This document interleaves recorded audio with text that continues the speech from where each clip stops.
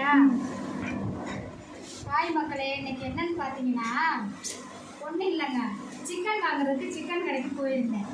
அப்போ சரியான கூட்டமாக இருந்துச்சு. ஒரே பையன்தான் சிக்கன் கடையில் வேலை பார்க்குது. அது போனது. அப்போ கூட்டம் சரியான கூட்டம். அந்த பையன் சில்லறை வாங்கி போடுறேன், சில்லறை கொடுக்குறேன். அந்த மாதிரியே இருந்தேன். நான் பக்கத்தில் நின்றுக்கிட்டு இருந்தேன். ஒரு பையனா ஒரு 30 வயசு இருக்கும் அந்த ஆள். 1/2 கிலோ சிக்கன் வாங்கிட்டு 200 கொடுத்துச்சு. 1 கிலோ சிக்கன் வந்து 240 ரூபாயா, 1/2 கிலோ சிக்கன் வந்து 120 ரூபாய். அது என்னன்னு பார்த்தீங்கன்னா, 120 200 ஒரே தலை கொடுக்குறோம். 20 ரூபா சில்லறை இருக்கானான்னு கேட்டேன். கேட்டதுக்கு அவன் சில்லறை இல்லைன்னு சொல்லிட்டான்.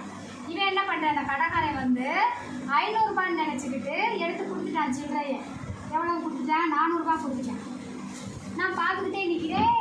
என்னடா இது இப்படி கொடுக்குறேன்னு சொல்லிட்டு அந்த பையனை நின்றுக்கிட்டு இருக்கான். அப்போ நான் சொன்னேன், தம்பி நீங்கள் என்னப்பா 500 ரூபாய்க்கு சில்லறை கொடுக்குறீங்கன்னு கேட்டேன்.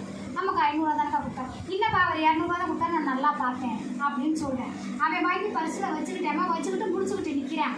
நான் சொன்னதுக்கப்புறம் அந்த காசை கொடுக்குறேன். கொடுத்துட்டு போயிட்டேன். ஆனால் அவ்வளோ ஆம்பளைங்க நிற்கிறாங்க. யாருமே அந்த உண்மையை சொல்ல மாட்டாங்க. நமக்கு தான் அப்படி பார்த்தா தான் அதுக்கு மேலே பொறுக்க முடியாது.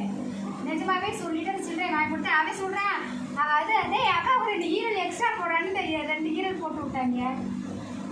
ஓகே, பாய்.